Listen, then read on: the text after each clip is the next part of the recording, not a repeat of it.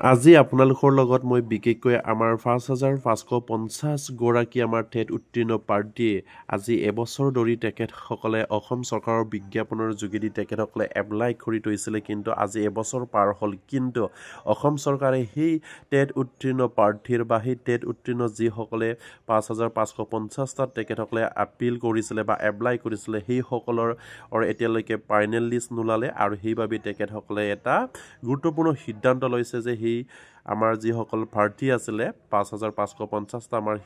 TET উত্তীৰ্ণ প্ৰাৰ্থীয়ে apply কৰিছিলে, কিন্তু আজি পৰ্যন্ত সেইসকলৰ যিখিনি আমাৰ আপিল কৰিছিলে তেখেতসকলৰ ফাইনেল লিষ্ট নোলোৱাত তেখেতসকলে কুটন হৈ পৰিছে। আৰু সেইবাবে তেখেতসকলে এটা গুৰুত্বপূৰ্ণ সিদ্ধান্ত লৈছে। সেয়া নিশ্চয়কৈ আপোনালোকৰ মই বিতংকৈ শ্বেয়াৰ কৰি আপোনালোকে স্কিপ নকৰি সকলোৱে আমাৰ ভিডিঅ'টো চাই থাকিব। আৰু এতিয়ালৈকে যদি আমাৰ চেনেলটো ছাবস্ক্ৰাইব কৰা নাই কাইণ্ডলি ছাবস্ক্ৰাইব কৰি দিব। আৰু 40জন আমাৰ টেট যিসকল প্ৰাৰ্থী আছিলে, টেট উত্তীৰ্ণ যিসকল প্ৰাৰ্থীয়ে সেই ৫,৫৫০টাত পদত এপ্লাই কৰিছিলে, যাতে নেকি তেখেতসকলে সেইখিনি খবৰ পায় আপোনালোকে শ্বেয়াৰ কৰি দিব। নিশ্চয় আপোনালোকে স্ক্ৰীণত প্ৰত্যক্ষ কৰিছে এখন নিউজ পেপাৰৰ হেডলাইনত কি লিখিছে, বিজ্ঞাপনৰ বাৰ্ষিকী হাজাৰ হাজাৰ আৰু প্ৰাৰ্থীৰ অন্তহীন অপেক্ষা, নিন্দামগ্ন প্ৰাথমিক শিক্ষা সঞ্চালয় আৰু গৰু গাড়ীত উঠি শিক্ষা বিভাগৰ ডিজিটেল যাত্ৰা, ৫,৫৫০ শিক্ষক নিযুক্তিৰ আইন নাই উমগাম বুলি ইয়াত উল্লেখ কৰিছে। নিশ্চয়কৈ আমাৰ যিসকল ৫,৫৫০টা শিক্ষকৰ কাৰণে যিটা এডভাৰটাইজ ওলাইছিলে, যিটো বিজ্ঞাপন ওলাইছিলে, সেই বিজ্ঞাপনৰ যোগেদি আমাৰ যিসকল টেট উত্তীৰ্ণ প্ৰাৰ্থী আছিলে তেখেতসকলে আপিল কৰিছিলে বা তেখেতসকলে সেই প্ৰাৰ্থীৰ বাবে তেখেতসকলে নিযুক্তি পাবৰ কাৰণে তেখেতসকলে এপ্লাই কৰিছিলে। কিন্তু আজি এবছৰ পাৰ হ'ল, কিন্তু অসম চৰকাৰৰ শিক্ষা বিভাগে বা অসম চৰকাৰে যেন সেইখিনি কোনো সিদ্ধান্ত গ্ৰহণ কৰা নাই। এতিয়ালৈকে কোনো ফাইনেল লিষ্ট ওলোৱা নাই বা তেখেতসকলৰ নিযুক্তিৰ প্ৰক্ৰিয়াটো কিয় এবছৰ লেহেমীয়া হ'বলগীয়া হ'ল, সেই বিষয়ে তেখেতসকলে কুটন হৈ এখন নিউজ পেপাৰত গুৰুত্বপূৰ্ণভাৱে প্ৰকাশ কৰিছে। ইয়াত কৈছে যে আপোনাৰ BTCৰ শিক্ষা বিভাগে ১,২০০ শিক্ষকৰ পদ বিজ্ঞাপনৰ পাছত দিও যোৱা আগষ্ট মাহতে সম্পূৰ্ণ কৰিলে নিযুক্তিৰ প্ৰক্ৰিয়া। আৰু BTC যিখিনি এৰিয়া আছিলে তাত আপোনাৰ ১,২০০টা আমাৰ শিক্ষকৰ পদৰ যিখিনি পদ ওলাইছিলে সেইখিনি পাছত ওলায়ো তেখেতসকলক যোৱা আগষ্ট মাহতে নিযুক্তি প্ৰদান কৰি সম্পূৰ্ণ কৰিলে বুলি ইয়াত উল্লেখ কৰিছে। আৰু ইয়াৰ পাছতে উল্লেখ কৰিছে যে ইয়াত আপোনাৰ গৰু গাড়ীত উঠি ডিজিটেল যাত্ৰা কৰাৰ দৰে অৱস্থা হৈছে অসমৰ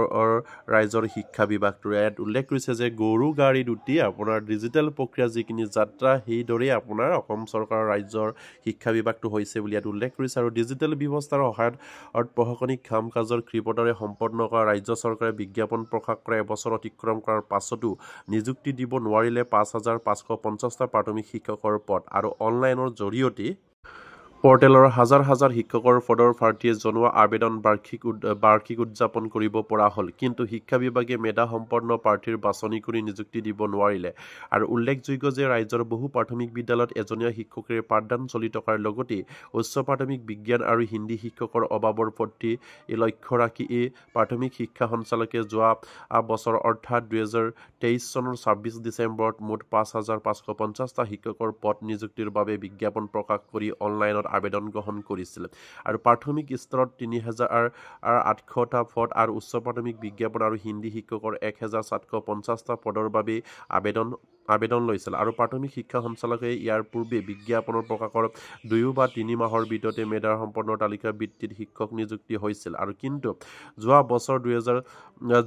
ইয়াত কৈছে যে যোৱা বছৰ আপোনাৰ ২৬ ডিচেম্বৰত বিজ্ঞাপন প্ৰকাশৰ পৰা কালিলৈকে এবছৰ অতিক্ৰম হ'ল যদিও ৫,৫৫০টা পদ নিযুক্তি প্ৰক্ৰিয়াত গেঠেলামাৰি ৰ'ল আৰু প্ৰাথমিক শিক্ষা সঞ্চালকালয়ত। নিশ্চয়কৈ এটা গুৰুত্বপূৰ্ণ এইটো খবৰ, যিহেতু আমাৰ যিসকল টেট উত্তীৰ্ণ প্ৰাৰ্থীৰ যিখিনি আকাংক্ষা থাকে আৰু তেখেতসকলে সদায় সেইটো আশা কৰি আহিছে যে তেখেতসকলে যিদিনা এপ্লাই কৰিব সেই এপ্লাইৰ দিনাৰ হয়তো ৩-৪ মাহৰ পাছতে সেইসকল প্ৰাৰ্থীক নিযুক্তি দিব অসম চৰকাৰে বা শিক্ষা বিভাগে। সেই আশাত তেখেতসকলে এপ্লাই কৰে বা নতুনকৈ যিখিনি বিজ্ঞাপন ওলায় ঠিক তেনেকৈ সেইখিনি বিজ্ঞাপনৰ জৰিয়তে এমাহ দুমাহৰ যিখিনি বিজ্ঞাপন ওলায় তাৰ পাছতে এমাহ দুমাহৰ পাছৰ পৰাই সেই নিযুক্তি প্ৰক্ৰিয়াটো আৰম্ভ কৰে। কিন্তু অসম চৰকাৰে কি উদ্দেশ্যত ৫,৫৫০টা শিক্ষক নিযুক্তিৰ যিখিনি প্ৰক্ৰিয়া সেই প্ৰক্ৰিয়াটো এবছৰ পাৰ কৰাই দিলে, সেয়াও এটা গুৰুত্বপূৰ্ণ বিষয় হৈ পৰিছে আমাৰ আজিৰ ডিজিটেল যুগত অসম চৰকাৰৰ যিখিনি সিদ্ধান্তত। সেইকাৰণে আমাৰ সেইসকল টেট উত্তীৰ্ণ প্ৰাৰ্থীয়ে আজি ক'বলৈ বাধ্য হৈছে যে গৰু গাড়ীত উঠি আমাৰ ৰাজ্য বিভাগৰ শিক্ষা বিভাগটো ডিজিটেল প্ৰক্ৰিয়াৰে আগবাঢ়িছে বুলি ইয়াত উল্লেখ কৰিছে। আৰু সেয়া খুবেই এটা তেখেতসকলৰ কাৰণে চিন্তনীয় বিষয়, কাৰণ তেখেতসকলে মেধাৰ তালিকাত তেখেতসকলৰ যদি লিষ্ট ওলায় তেখেতসকলে নিশ্চয়কৈ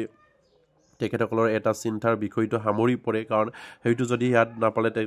অন্য এটা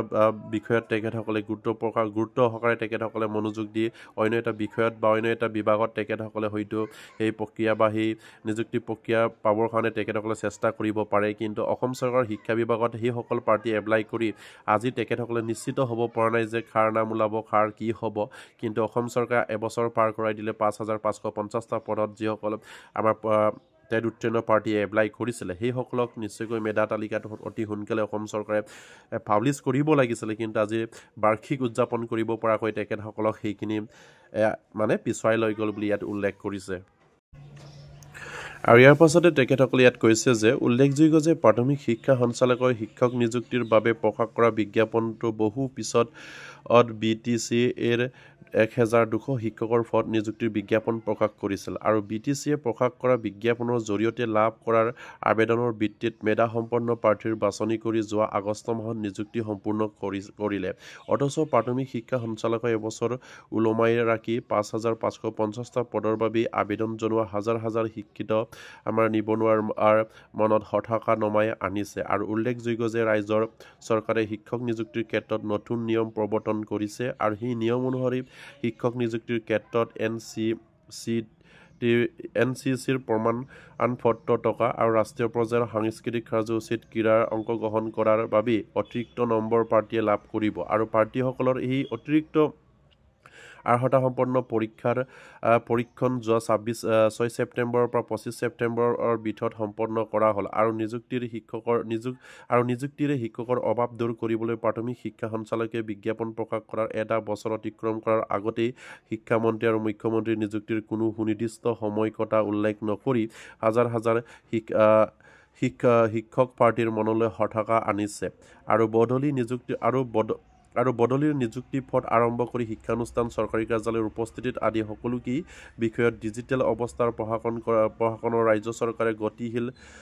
কৰাৰ প্ৰচেষ্টা চলাই আছে কিন্তু শিক্ষকৰ অভাৱ দূৰ কৰাৰ ক্ষেত্ৰত বিজ্ঞাপন প্ৰকাশ হোৱাৰ এবছৰৰ পাছতো মেধাসম্পন্ন প্ৰাৰ্থীৰ বাছনি কৰি এই নিযুক্তি দিব নোৱাৰা চৰকাৰখনৰ পাছত কিমান গতিশীল সেইলৈ ফখৰ অৱতাৰণা হৈছে নিশ্চয়কৈ এটা গুৰুত্বপূৰ্ণ বিষয় লৈ আমাৰ আজিৰ নিউজ পেপাৰখনত পাব্লিছ হৈছে যিহেতু হাজাৰ হাজাৰ আমাৰ টেট উত্তীৰ্ণ প্ৰাৰ্থী বা হাজাৰ হাজাৰ নিবনুৱাই ৫,৫৫০টা পদত তেখেতসকলৰ নিযুক্তি হয় নেকি সেই আকাৰত তেখেতসকলে আবেদন কৰিছিলে কিন্তু আবেদন কৰাৰ আজি এবছৰৰ পাছতো তেখেতসকলৰ কোনো ফাইনেল লিষ্ট নোলোৱাত তেখেতসকলৰ চিন্তনীয় হৈ পৰিছে আৰু ইয়াত এটা গুৰুত্বপূৰ্ণ পইণ্ট তেখেতসকলে উল্লেখ কৰিছে যে যিহেতু আমাৰ BTCR এৰিয়াত 1,250টা শিক্ষকৰ পদৰ বাবে যিখিনি আবেদন প্ৰক্ৰিয়া আমাৰ সেই ৫,৫৫০টা আবেদন প্ৰক্ৰিয়াৰ পাছতে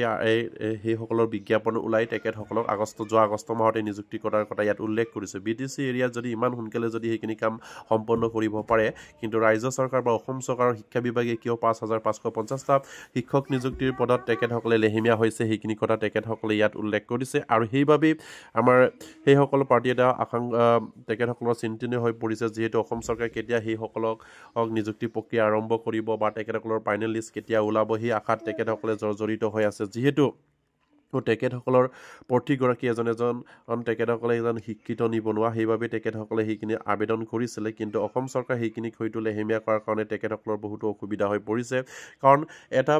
বিজ্ঞাপনৰ যোগেদি তেখেতসকলে নিযুক্তি পাবৰ কাৰণে যিটো প্ৰচেছত তেখেতসকলে সোমাই আছে হয়তো সকলোৰে বাবে তাত আমাৰ নাম ওলাব নেকি বা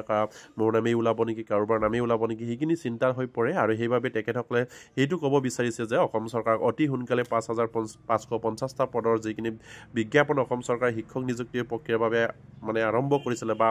পাব্লিছ কৰিছিলে সেই বাছনিৰ তালিকাটো অতি সোনকালে প্ৰকাশ কৰিব লাগে আৰু তেখেতসকলৰ যিখিনি চিন্তাৰ সময়খিনি দূৰ কৰিব লাগে বুলি তেখেতসকলে উল্লেখ কৰিছে নিশ্চয়কৈ তাত যদি নাপালে অন্য এটা বিভাগত বা অন্য এটা বিজ্ঞাপনত তেখেতসকলে লাগিব বা অন্য এটাত হয়তো কোনোবা এটা বিভাগত হয়তো নিযুক্তি